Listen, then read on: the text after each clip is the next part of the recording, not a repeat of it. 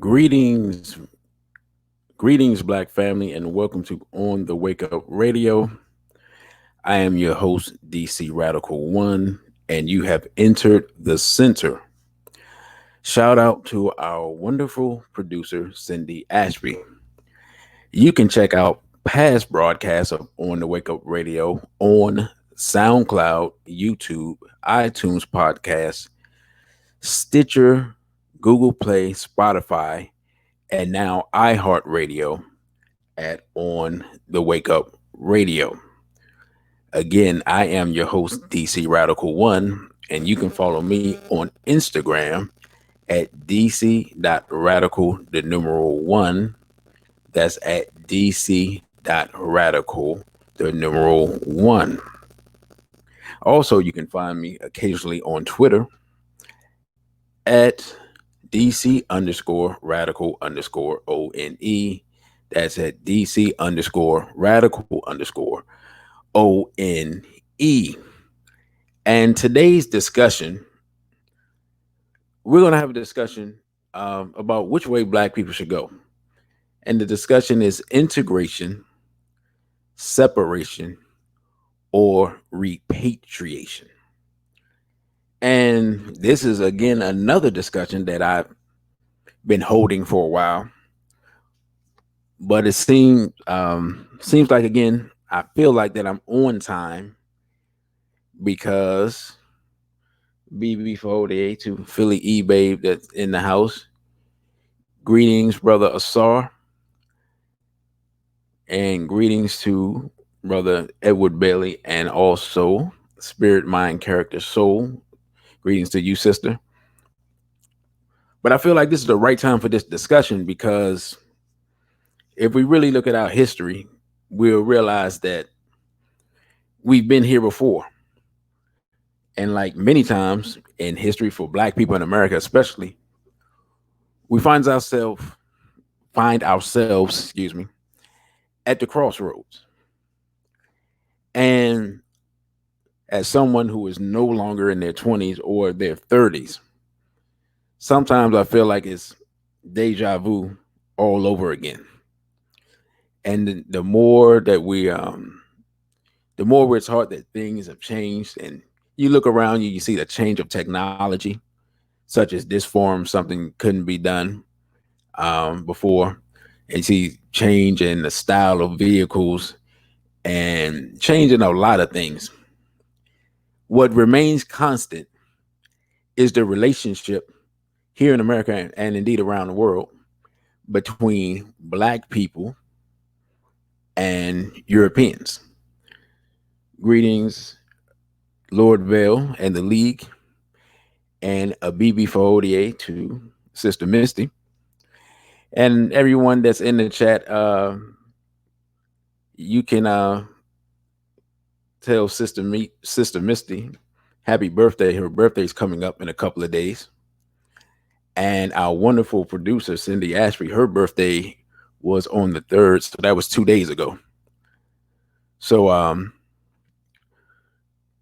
you can give those wonderful sisters, wish them a happy birthday.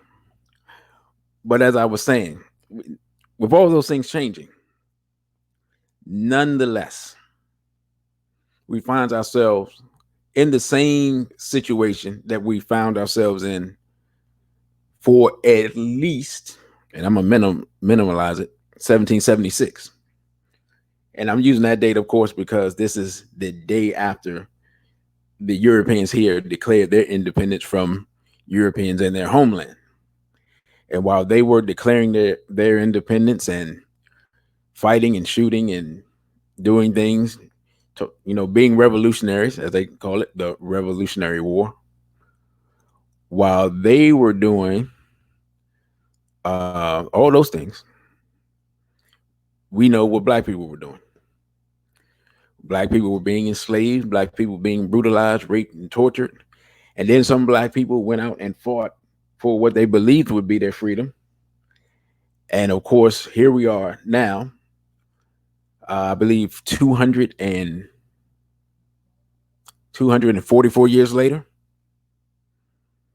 And we find ourselves still being brutalized. We find ourselves still being murdered. We find ourselves still being raped and tortured, and find ourselves still being lynched in 246 years later, after the Declaration of Independence and the Revolutionary War and the War of 1812, and all those things that have taken place in history here in America. Nothing has really changed for Black people. And in fact, it's so interesting because when we talk about integration, we tend to think of it as something new that um, occurred in the starting in the 60s. And really the time frame I would look at really from the murder of Dr. Martin Luther King. And then we had, of course, the riots um, that took place. And then, of course, we had started to have the legislation being passed to break down the barriers of segregation. And from that time, we've been in a period, I guess, an integrated period. And I think it'll be good to take a look at what has taken place before that, because this is really, if we really understand our history, this is really the second integrations period, if you will.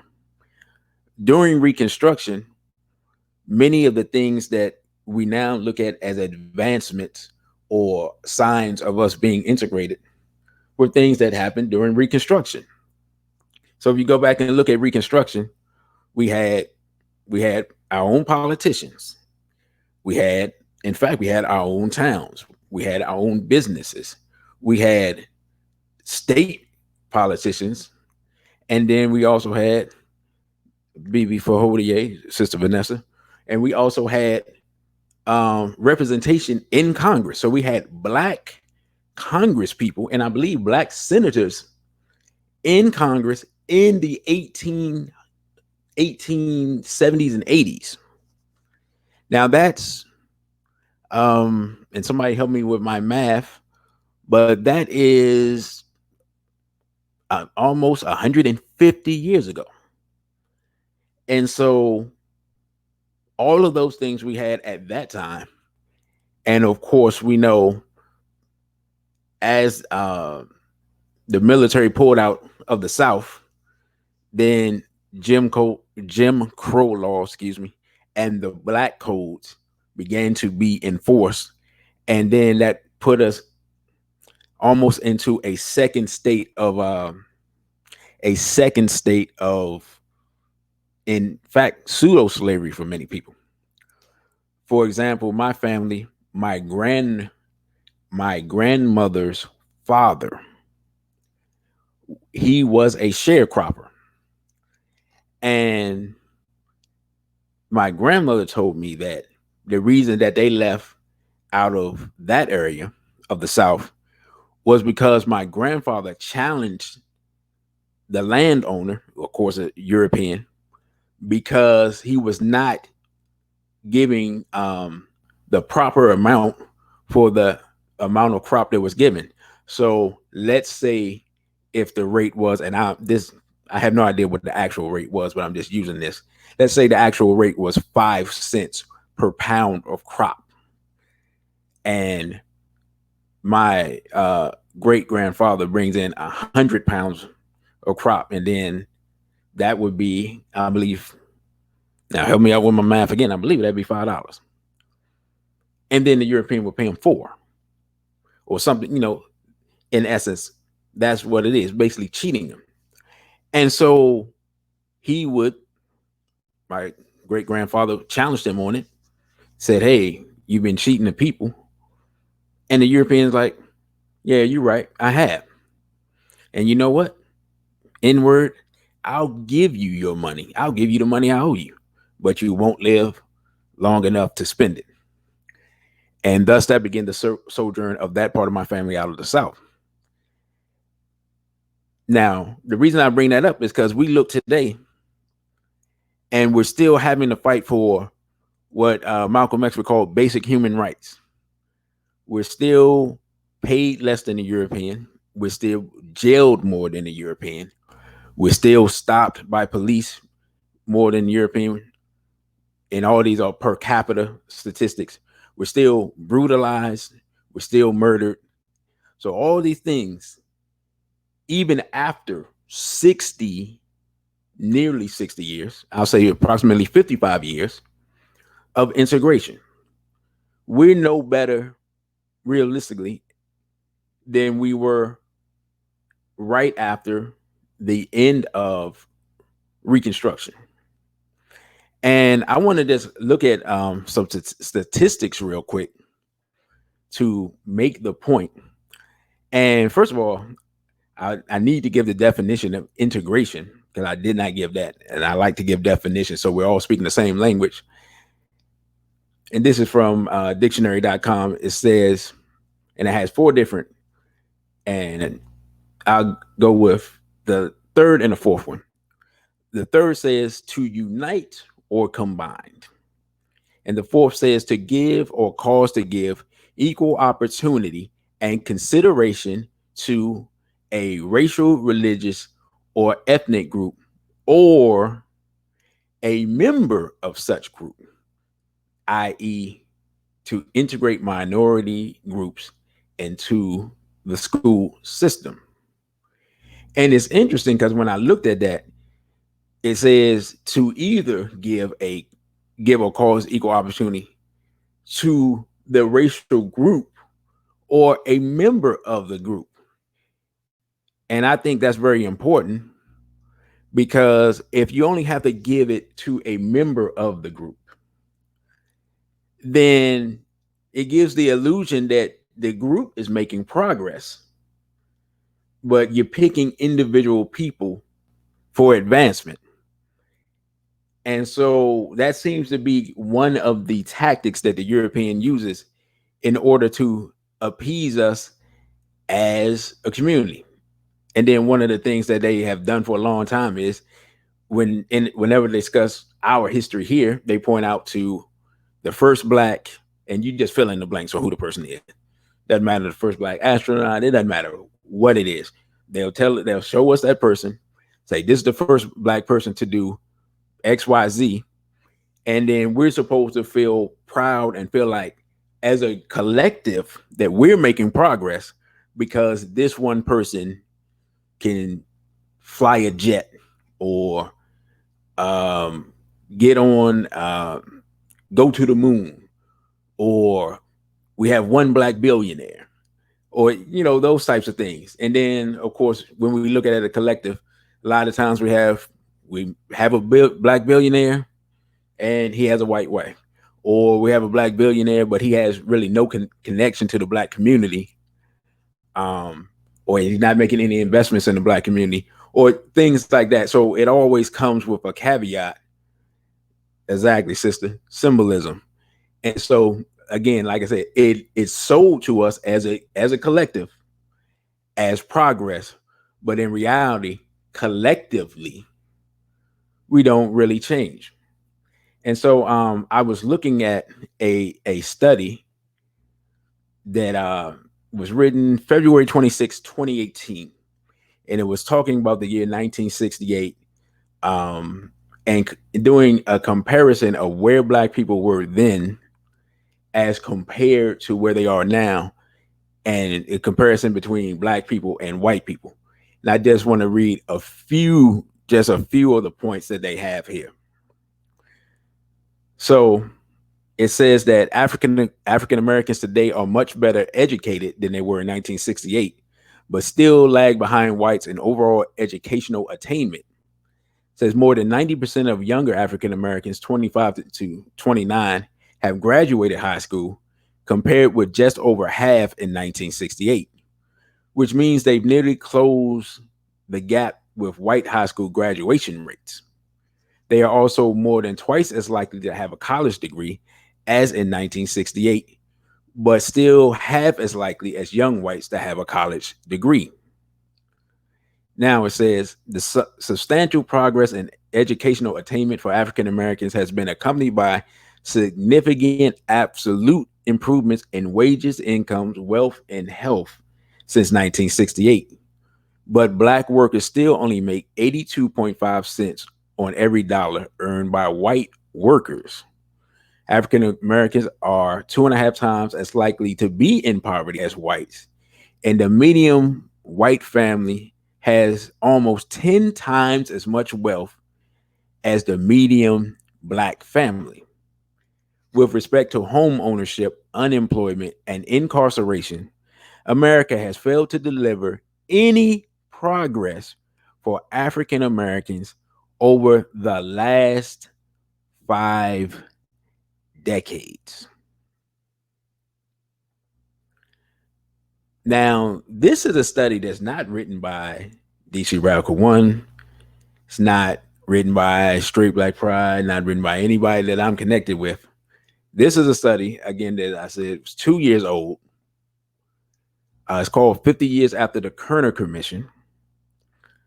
And it says that, and it's from EPI.org, that in a large aspect, home ownership, unemployment, and incarceration, we have received zero progress whatsoever.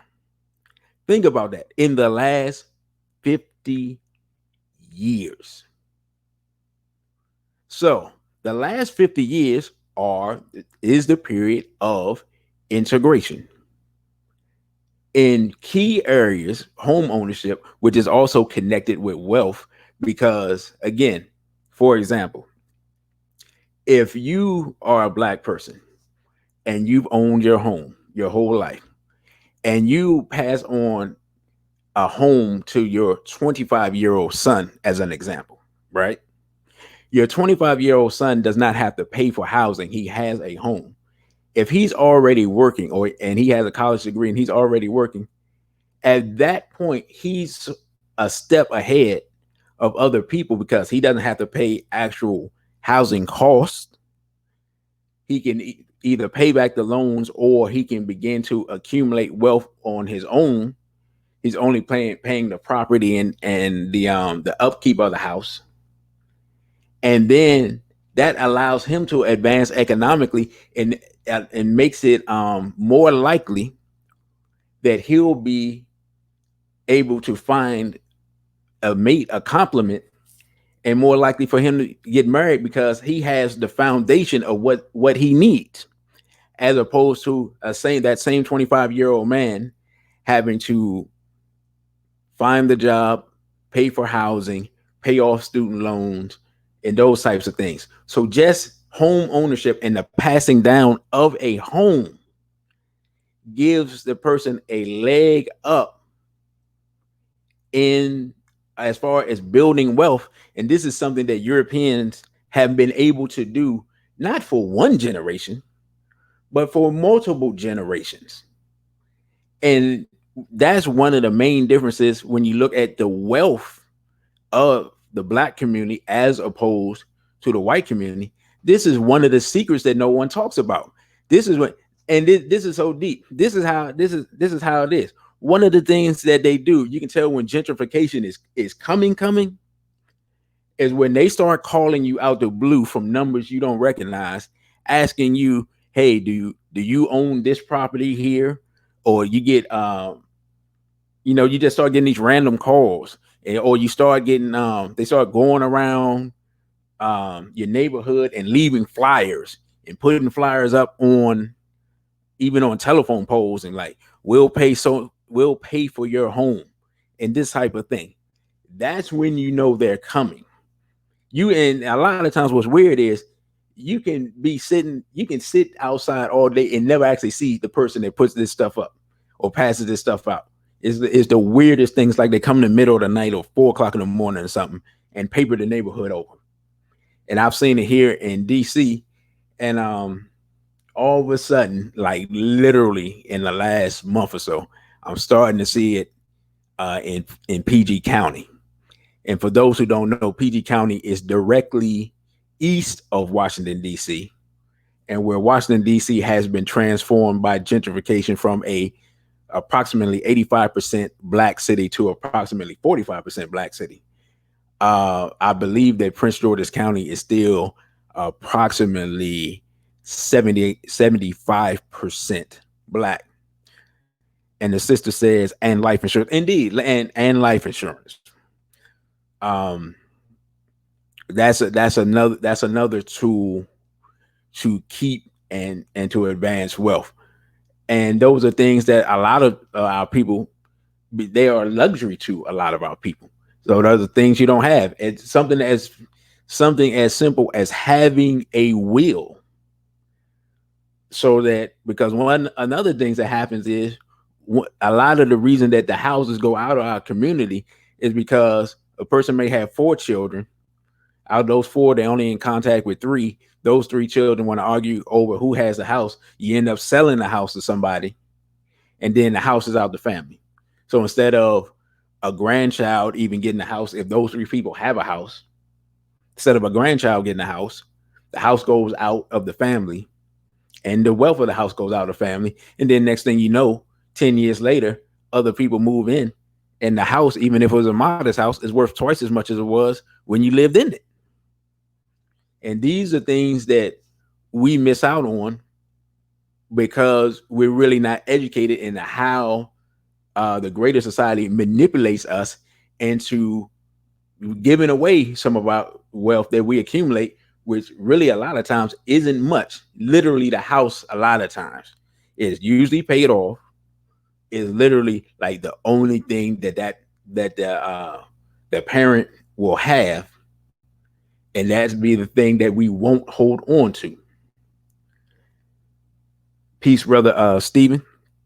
And so I just wanted to look at those basic statistics because I found it interesting, and it's so funny because I didn't actually even read that section of the article in the study before I saw that part that says no progress over the last 5 decades. So if we made no progress, the sister said that would have been my family if I hadn't stood up to my siblings. I wouldn't have had a place to live. See, we're talking about real life examples. And then the sister, our wonderful producer, has joined us. I just noticed. People quick to sell everything to eat today, but if we keep our legacy, we can eat today, tomorrow, and have our children eat as well in the future. Absolutely.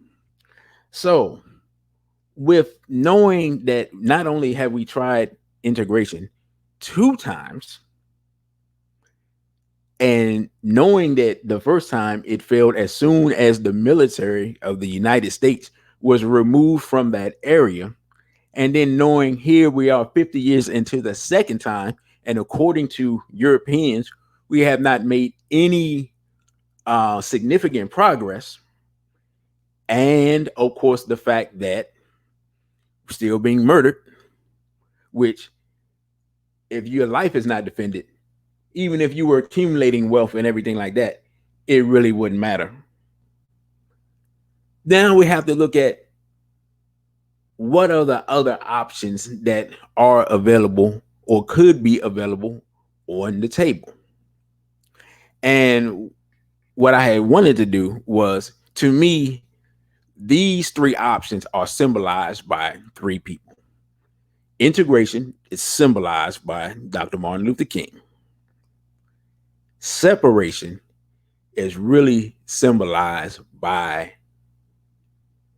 Elijah Muhammad and the Nation of Islam, and young Malcolm X as a representation of that. And repatriation is symbolized by the Right Honorable Marcus Mosiah Garvey. Now, all of us, whether you're black, white, whoever, if you go to school, we all learn about Dr. Martin Luther King. Every year, there's a holiday in honor of him. Has a big giant statue down downtown in DC. Of course, he has he's honored in his city in Atlanta. Everyone knows who he is. To a certain degree, almost everyone knows who Malcolm X is. Black, white, whoever. Interestingly enough, very few people actually really know Elijah Muhammad. Even fewer people know Marcus Mosiah Garvey. So here's the way I look at things. If the European tells you about someone, it's because that's the person they want you to follow. And their ideas and their ideologies are the ideologies that they themselves can at least live with, right? The less they tell you about the person, that means that that person's ideas and their ideology is a person that they do not want you to deal with. Now, what's interesting is I believe we're in a time, and people may think that this is crazy. I believe we're in a time and have a president who, out of maybe, probably, definitely the last 60 years, I'll say, more so than any president in the last 60 years, would be amenable to an idea that I had probably about 2 weeks ago. This was my idea. About 2 weeks ago, I was just sitting around thinking, and I said, and I never posted it. I meant to post it, and I just never posted it. I wonder what black people would do if Trump said the following. He put this on the table. If he put on the table that he would pay $1 million in reparations to every black man, woman, and child in America, right? Or he would pay $5 million to every black woman and child in America who wanted to leave America on the condition that you cannot come back for one generation. You see what I'm saying? Now, the question is with that, which one in general do you think people would take? Now, me personally, I take the greater sum, and I have no problem leaving. I believe that Trump could actually sell this idea to his base more so than any Democrat could sell it, because no Democrat, I don't believe, would actually even propose it, because that would be a significant amount of their base leaving. So they would never agree to it. That's the part that's so hilarious. They would never agree to it. A significant amount of their base would be leaving. The Republicans, Republicans would probably argue about the price, but the idea of removing even 20 million black people from America, I think they would absolutely go for it. But that idea is the idea of repatriation, the idea that the Nation of Islam espoused, and as far as I know, still espoused for I, at this point, probably 90 years, close to 90 years, is the idea of a separate territory here within the confines of America for black people. Separation, meaning that black people will be given land and territory here to control as a sovereign nation, in essence. Now, the brother said, "This is our land." I hear people saying that, but I look at things from a military standpoint. I don't, and I would be. There's no disrespect to you, but anyone that says that, here's how I gauge whether or not they believe that. And we know for a fact it's not the Europeans' land, so that's not even worth debating. And the sister said the idea should be sent to him. What do we have to lose? I, we don't have anything to lose. Um, when people say this is our land, my thing is that if someone actually believes that, and they're not actually um, physically uh, fighting for that concept, then I don't believe that they believe that, because you see people fight to not be evicted. So if you say, "Oh, all this is our land," and you're not fighting, then I find it difficult to believe the person. That's just me.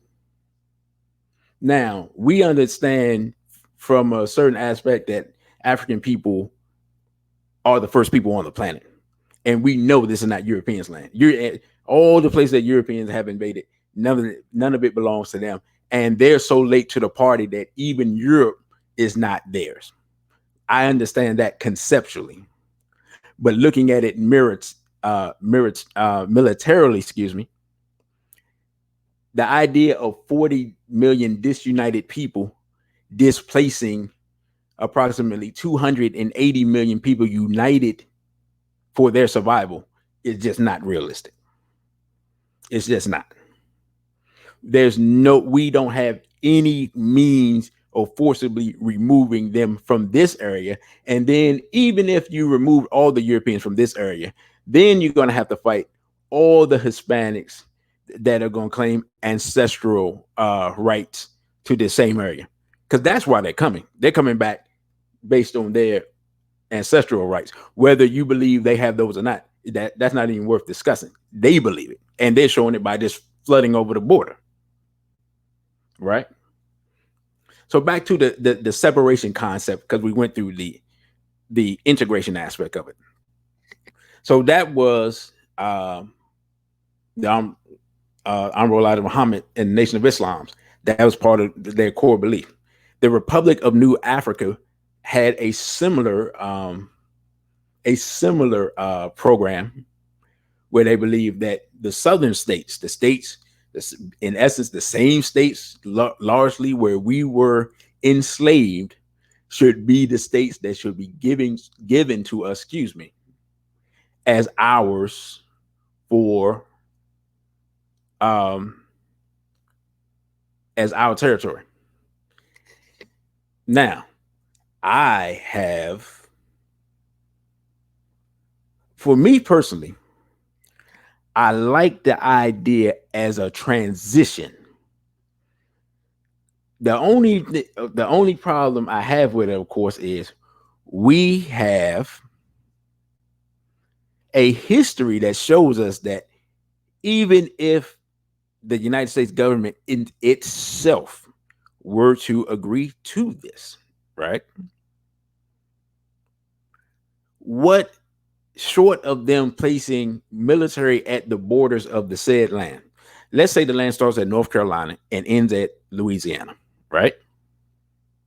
Let's say it starts there.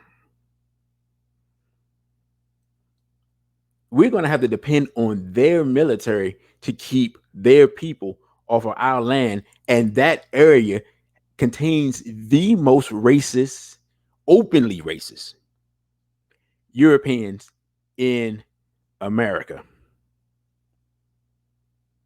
Think about that.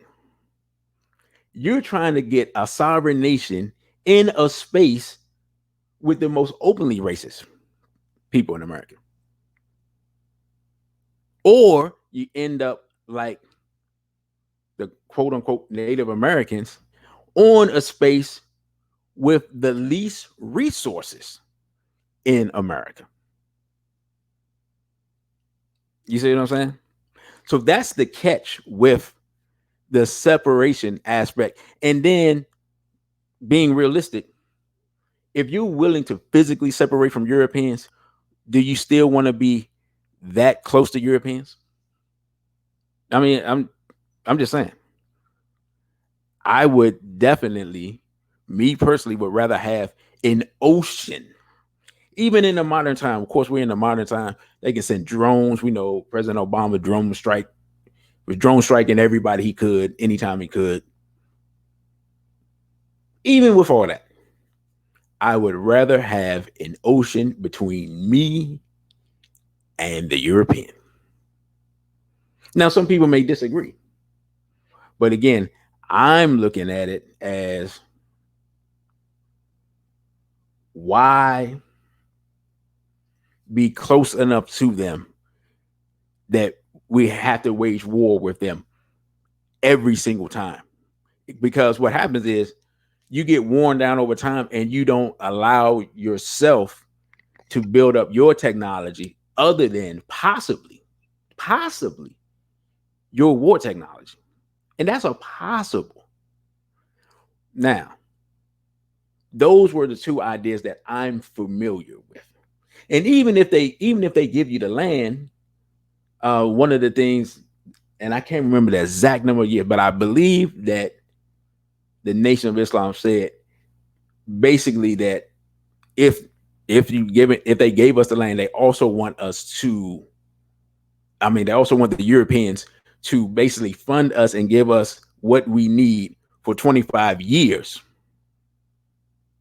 in order to make ourselves sovereign. And to me, it'll be harder to get other Europeans to agree to that part than even the land, I think.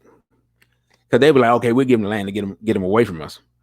But then they're like, oh, wait a minute, we gave them the land and now we got to pay for this too? Oh, no, we're not doing that. And so now that leaves us with the last part of the equation. We discuss the integration, which is where we are. And we see where we are. We don't, we've talked about Sister Breonna Taylor. We've talked about George Floyd. We talked about all those things in the last few shows. And Sister said, I wouldn't trust anything from them in a space they control. Well, here's the thing. Now, I believe somebody else put it in the chat, but white supremacy is global. This is true. It's just a matter of, can you find a space that you can actually at least partially defend? And so when we talk about repatriation, which was the platform of the Right Honorable Marcus Mosiah Garvey over 100 years ago now, I think this is probably the most complex issue, and yet at the same time, this is probably the most complex issue, the least popular route, and the one most likely to be successful, which is why they never talk about it. Because here's the thing. Combined around the world, there are approximately 1.25 billion African people. The reason that the European doesn't like when African people identify as African people is because suddenly you realize exactly how many people that you have on the board. One of the things that I've said is that what I really want to do, I really want to study the Chinese, because there was a time when what we know as China now wasn't one united sovereign entity.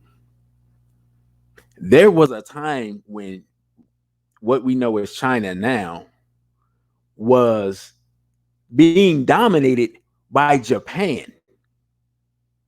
Now, if you want to think about how ridiculous China being dominated by Japan is, pull up a map on your phone or laptop, look at the landmass, and then scratch your head. Now, China is the number 2 military and economic power in the world. Now, Chinese are proud to be Chinese. Where when I was growing up, they were in the same way they were doing blackface for us in the media, they were doing yellowface for them. And this was in the late 50s. Now, no one would dare do that because what? Again, military power, population, economic power. How have they done it? One of the ways they've done it is they've taken everything from Europeans and reverse engineered it and then began manufacturing it. Everything from the European. And what's so funny is that African people could have done this a long time ago themselves because literally I heard Dr. John Henry Clark mention this in the 90s that we should just take whatever the European has, break it down, reverse engineer it, put it back together, and then make our own with our own improvements. This is something that's much easier. And the sister said, now they're in Africa. Exactly. They're in Africa because they're smarter than we are. Now, why did I say that? And the sister said, didn't China deal with their traitors and drug heads first as they built their military? I'm getting to that part. Sister ran ahead of me. In fact, let's deal with that.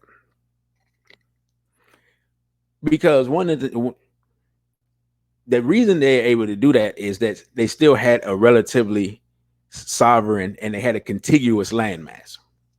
But one of the things in building up their society is they had to remove the people who were detrimental to the society. Like the sister said, the people that were on opium, the British used opium as a way to literally sedate the country of China so that they could rule over it. Like we have to remember, they just gave back Hong Kong, I believe, in 2000, if I'm not mistaken. So 20 years ago. The sister said they're not smarter, they're diabolical, and we're too loving. That's our wonderful producer. So the opium was a big problem, and it was something that literally kept the country sedated, allowed them to be dominated by a much smaller British force. And it's good to study these things because a lot of times the devil, as the European like to say, the devil is in the details. Sometimes when you really look at the world map and you look at the populations that were in different European countries and look how they were able to overcome people, a lot of times we think, well, I don't know. Actually, I have no idea what we think. I guess we think a lot of times we think because they were able to do that they were superior, but there are a lot of different mechanisms that Europeans have used in a lot of different places. And what's funny is Black people have been subject to all of those things while different other people have been subject to some of them. So, for example, like I said, the drugs in China, the biological warfare here in America, where they gave, when they were fighting against Chief Pontiac and his confederation, they end up giving smallpox blankets to the natives there, and I can't remember the exact tribe, that exact nation. And then that's how they subdued them, because they had no immunity to smallpox because they didn't. The Europeans brought a lot of diseases. The fact, one of the things that with European conquering of other people that people don't talk about is literally the European, when he came out of Europe 500 years ago, was literally a biological weapon. They had been in so much filth and squalor and dirt and disease and degeneracy that there were some people that they simply overwhelmed because the people had never even been introduced to these diseases and had never been introduced to this type of filth. And they were easier to conquer because the people just fell sick. Literally. The Europeans in some places were like a two-legged pestilence. And they were able to defeat some of these people, especially here in the Western Hemisphere. And you add that to the fact that many people were peaceful people that weren't a war type people. They were literally just sitting minding their business, and people come over and just murder them for no reason. They hadn't been introduced to that type of violence. The good part for us is, of course, we've been close to these people for half a millennia. It's just to say they're the original COVID. That's right. So we've been introduced to them for half a millennia. So we understand, we should understand as a collective, the chances of someone changing after 500 years is the same chance that your uncle that was on crack in 84 is going to stop smoking tomorrow. If he been smoking and y'all know y'all can find him on that same corner, he ain't going nowhere. He going to be there. And the same way he's going to be there, the European is going to continue to be what he's been, a murderer, a rapist, a torturer that he's been. Those things shall continue. But back to the repatriation aspect, because I've gone off a little bit on a tangent. The reason that I think that this is, and understand what I'm saying when I say this, I'm not saying that 40 million black people should wake up next week,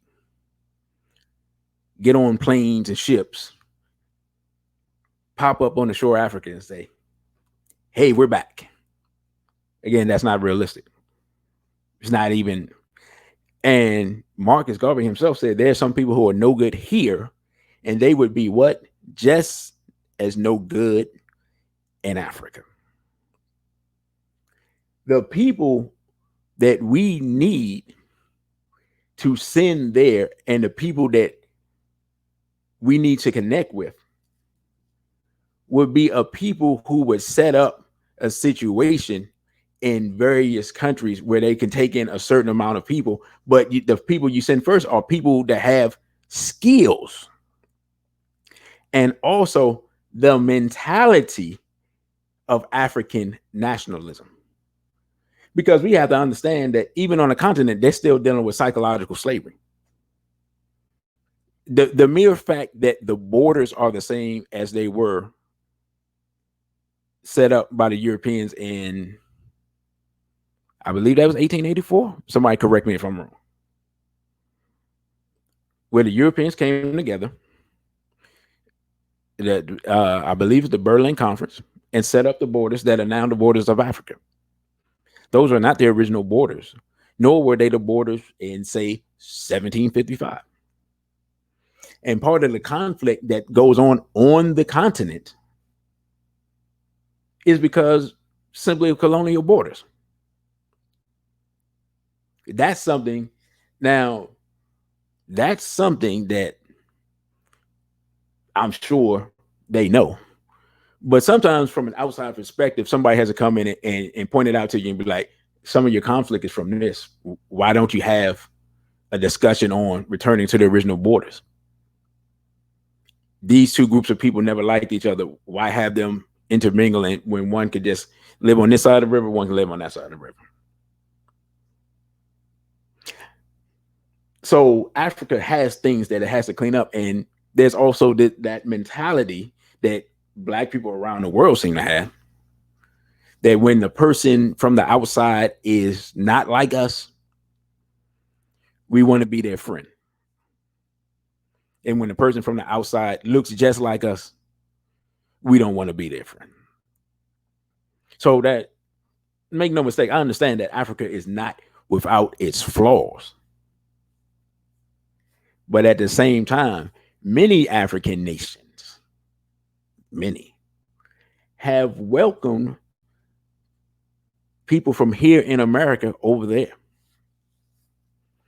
Ghana has a large community of former African Americans.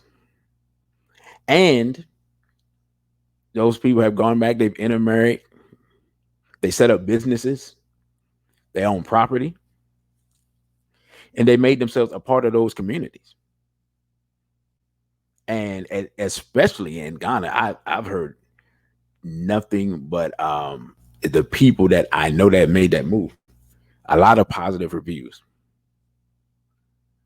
There, in fact, I there's a brother I follow, and I might have him on the show one time if he'll be amenable to it.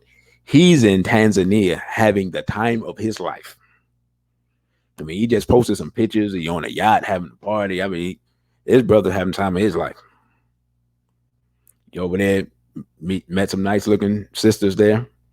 No disrespect to our sisters here, because you know I love y'all. But for those brothers who complain about the sisters here, just think about the fact that there's a continent with approximately 600 or so million black women of every shade, shape, and size. Just something to think about. But the idea of repatriation and the idea of being now the concept, the idea of being paid to leave automatically puts us in a position where if you repatriate to an African country, they're going to roll out the red carpet because what? You're coming with wealth. And I probably shouldn't even, I just thought about it. Like, I probably shouldn't even have mentioned that part, because now, while the president might be for it, some of his other people might be like, hold up. What are you doing?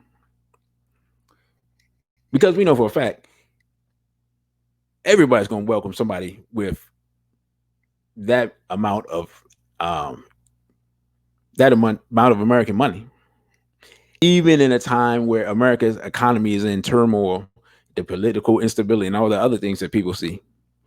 No one at this point, not yet, is handing back or giving back American dollars. If you go to Dubai, you can spend American dollars. If you go to China, you can spend American dollars. If you go to Europe, you can spend American dollars. They're not handing them back. So imagine not even the masses of us, but a small groups of us with resources coming in to the continent. They have the natural resources there, and also have many skills, because some people on the continent are extremely educated, right?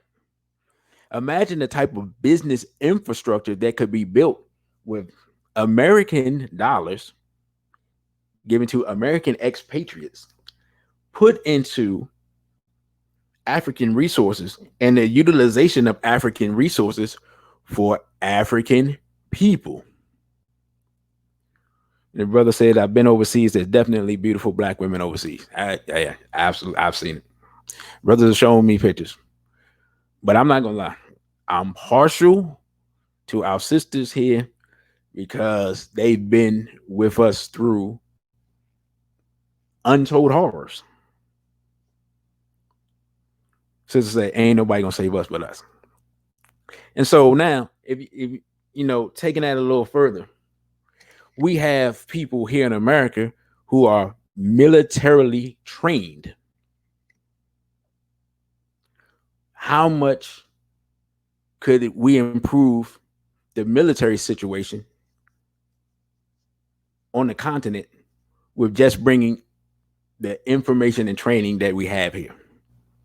We have people here who are engineers, people here who are pilots, people here who are doctors. How much better can we help improve their condition? And we have one of the things that we have that we've given to them over the last 100 years that's overlooked, and if implemented collectively, will change the game. The fact of looking at us as a collective is actually a concept largely built up and propagated in the West. If you look at most of the Pan-Africanists, even though I don't consider myself a Pan-Africanist, most of the Pan-Africanists from 100 years ago, from Garvey and before, many of them were from the Caribbean. And then they brought the ideas to America, and then from America, the ideas spread. So the idea of black people around the world being a global majority, and the idea of being a collective, and the idea of being the same people in different places is largely an idea of displaced Africans in the West. This idea then extends to the continent, where instead of us seeing, because we haven't experienced the different quote unquote tribal strifes, we don't, to us, it's all the same people. We don't really sit around and scratching our head and be like, okay, this person is Igbo and that's Tutsi and that's Zulu, and that, we're not worried about that. At best, we identify them by country. But I've known brothers from the continent that until they open their mouth, and normally I can look and identify them. Sometimes until they open their mouth, I'm like, oh, he's from the continent. Oh, and I've had sisters now. Maybe the sisters were just saying this. They're like, oh yeah, you look like you could be from, fill in the blanks. So even the idea of us seeing ourselves in them and them seeing ourselves in us is an idea that we can give to them on a mass scale, and that will help solve some of the issues that they have, not only with us, but they have with themselves there. And that concept of oneness in and of itself would change the condition of all of us.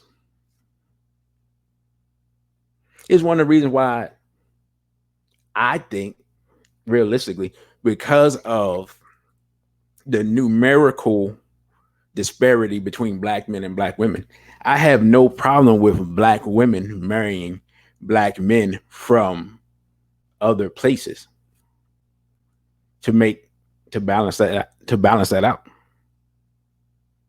Because regardless of what happened, that child's going to be black. That's why I don't give any I don't give any excuses to swirlers, black male or black female, because there are billions of people. We have over 1 billion people who are black, who in fact of different shades, because they are light skinned people in Azania, South Africa. Then you have the Ethiopians. Then you have some people who are extremely melanated in Sudan. So we don't even have an excuse as far as looks. Whatever you're looking for, we have. We have slim sisters. We have voluptuous sisters. We have brothers who are short and stocky. You have brothers, some of the Maasai, almost 8 feet tall. Whatever we claim we like physically, we have absolutely no excuse. And even though we think we're different culturally, they would still carry a lot of the cultural traits from the continent, and we don't even realize it.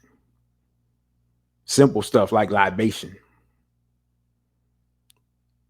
When I was a youngster, there was a habit of pouring out a little liquor for those who aren't here. That's libation. The sister say, "Yeah, give me a tall brother." I mean, they're out there. I would ask the sister how tall she is, because I find it interesting that a lot of sisters who are 5'4" and under want to take all the tall men, as if there aren't sisters that are 5'8" and 5'10". But that's another show. We're not going to get into that. But I just wanted to really go through those 3 aspects and those 3 parameters. And I would say that if black people were at least given that the idea of an alternative, it would be something that we would look at. And then, of course, the sister says, "I'm 5'4". I already knew that before you even said it. Um, um, because I don't think our people that I don't think the idea of even running our own country occurs to black people right now. The idea that we can get away from Europeans, the idea that we don't have to just continue to do the same thing that we've been doing for 50 years that white people are writing hasn't worked. We've been here for at least 5 millennia amongst them. I'm talking about amongst them. And our relationship with the Europeans, without question, is not getting any better because we can go back 5,000 years back to ancient Kemet, like I've said previously, and we've had the same problems and the same conflict. And in fact, integration is that old because we allowed them to come into our societies then where we were the majority, and we still end up going to war and losing the kingdom over time. So this whole integration concept is not new. And if you can't get the European to act right when you're the majority in your country, then how in the world are we going to get them to act right when we're the minority in their country? How can integration work in our benefit if we have 5,000 years of history proving it hasn't worked, didn't work in Africa? It hasn't worked in the United States of America on two different occasions, because I have to say that integration is at least currently failing for the purposes which they state it was for, and for the purposes which we, if you ask the majority of black people,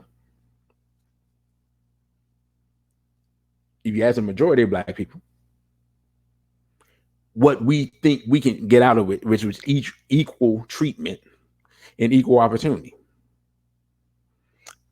There's no doubt collectively that hasn't taken place. The separation aspect, we talked about that as separate territory here within the United States. That is problematic because that which you cannot defend, you cannot keep. And then there's the repatriation aspect, which would be a process, as all these things will be a process.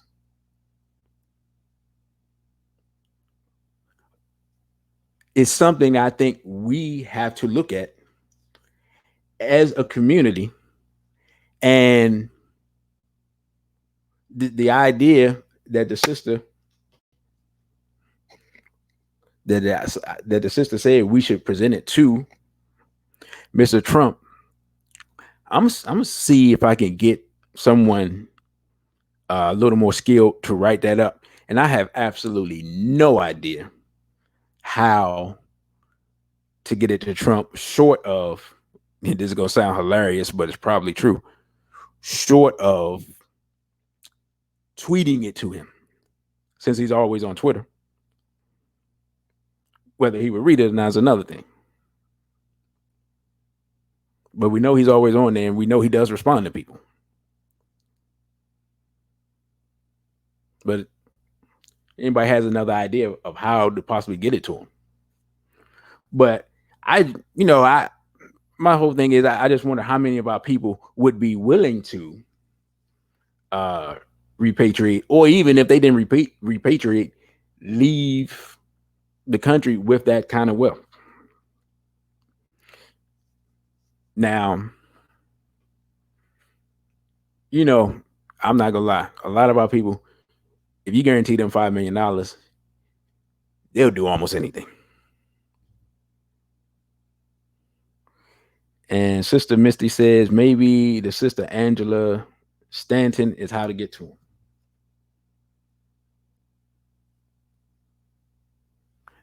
Okay, well, okay, we got some ideas. I won't even read out the ideas, because the people with the ideas I know how to contact. So yeah, um, yeah, we working with something. And this is, what I'll say is for this discussion, like, share this discussion, spread it amongst people that you know, and just see what they say about that idea. And in fact, um, I'm gonna see if I can get this to some people over on the continent, because even though Ghana has said that they will welcome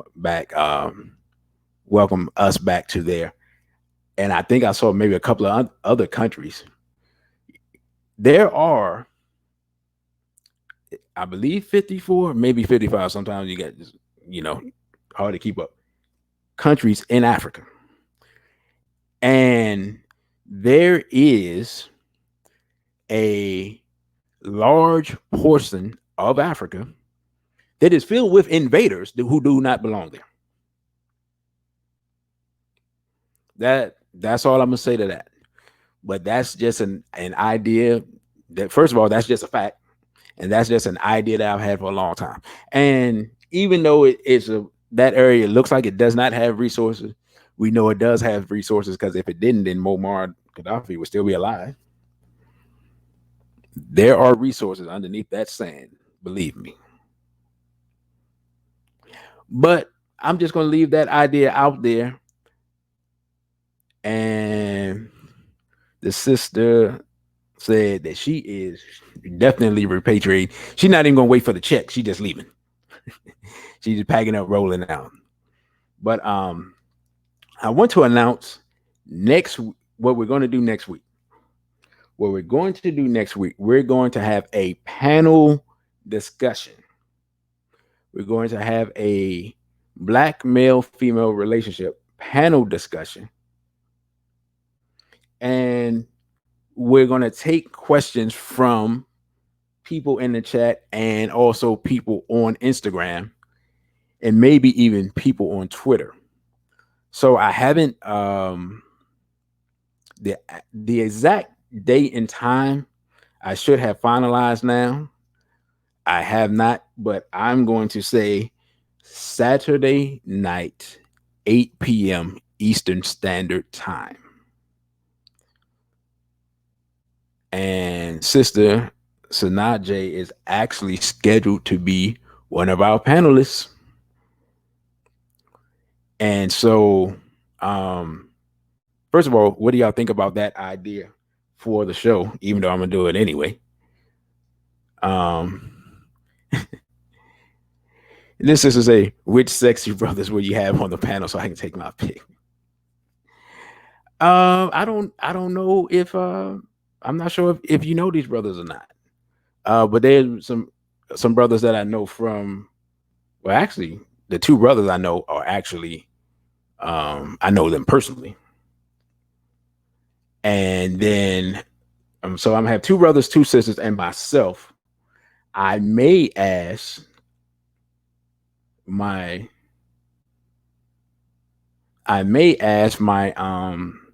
wonderful producer to co-host this event with me. And yeah, we're just going to have a good panel discussion. So if you have any questions that you would like to ask the complementary gender, send those questions to, you can send those questions to straight black pride _DC at protonmail.com. Again, that is straight black pride _DC at protonmail.com. And what is our wonderful producer talking about? She's cracking jokes. So send your questions there for the opposing gender. We're going to pick a group of questions, and we're going to give those questions to the panel and have them discuss them. Excuse me. And I will I'll be moderating with our wonderful producer, more than likely. and we're just going to have a good discussion between black men and black women. Um, it's going to probably get raw, as those discussions always do. Um, but I think it's a timely discussion because realistically, as proton male, Philly eBay, and you know, it's always time for those discussions. It's always good for us to talk to each other, and always good to try to have good communication and try to air out some things. And we're going to have, of course, some ground rules set in place. Those of you who are familiar with Straight Black Pride and what we do, of course, we have a no N word policy. We also have a no B and H policy. Um, I will make sure I have the technology in place that if people do not, um, if people are not in accordance with the rules and the parameters that will be set in place, we will find a way to remove them from the panel, which means I guess I need to have some backup panelists just in case. But that's something I'm looking forward to. That's going to be Saturday, excuse me, the 11th at 8 p.m. We're just gonna have some straight talk between black men and black women. And also, I want to announce, even though this is not my event whatsoever, the following week after that, Baba Walimu Barudi is having his complementarity conference, and the complementarity conference on is going to be online, and that event is called Building African Love, and that's going to be Saturday, July 18th, 2020, from 4 p.m. to 8 p.m. It will have lectures, breakout sessions, and a collective discussion, and that is $10 per adult. And then someone asked, "What are the age ranges? What are the age ranges for the What are the age ranges for the panelists?" I believe the youngest panelist we have is 24, and the oldest panelist might be in their early 30s. So the panelists we have is the millennial generation. That's the generation that really should be looking for compliments and looking to come together to build families. And that's the generation that I think doesn't really get, they aren't really taught the importance of family from what I've seen. But just because those are the panelists doesn't mean they're the only people who are going to give questions and give discussion. Now, someone asked me, and I don't know how I could do it, but if I could find a way to do it, because we currently not going to do the singles mixers. We're not going to do the singles mixers the week of the Straight Black Pride convention. Someone asked me, when will we continue that again? You know, I'm not sure, to be honest. Everything's contingent upon various governmental guidelines, and y'all know how it is. We're in the age of COVID. We know. So if you're wherever you are in America, if you're in America, you understand you're in some type of phase one or phase two, or maybe even phase three, or you were in phase two and you're going back to phase one. And some places I hear are shutting down more than they shut down before they started. So a lot of things are contingent upon what the rules that are set forth in place. And the brother says, you do want to drive up for the Straight Black Pride event. Yeah, the Straight Black Pride convention is going to be in August.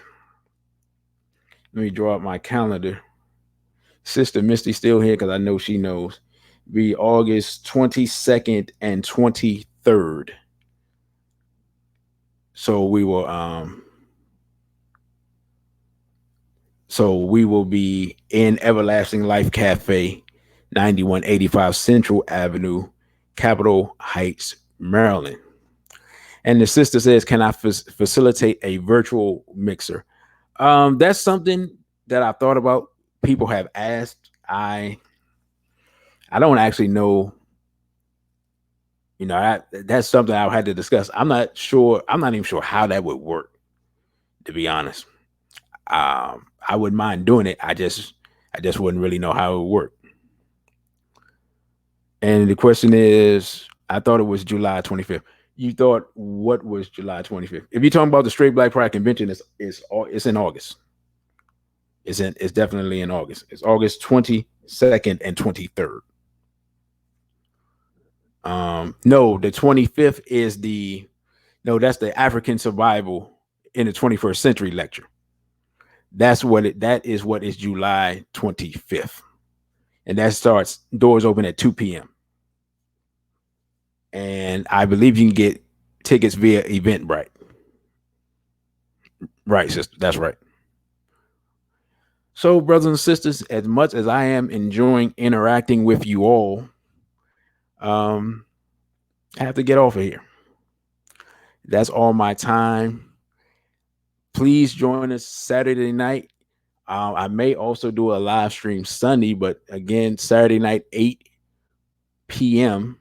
We're gonna have that discussion between black male female relationships from a single perspective, and really from a single conscious perspective, because most of the people, I think everybody has some level of consciousness. So since we won't have Negroes on the panel, we should have good conduct, and if not, good conduct will be enforced.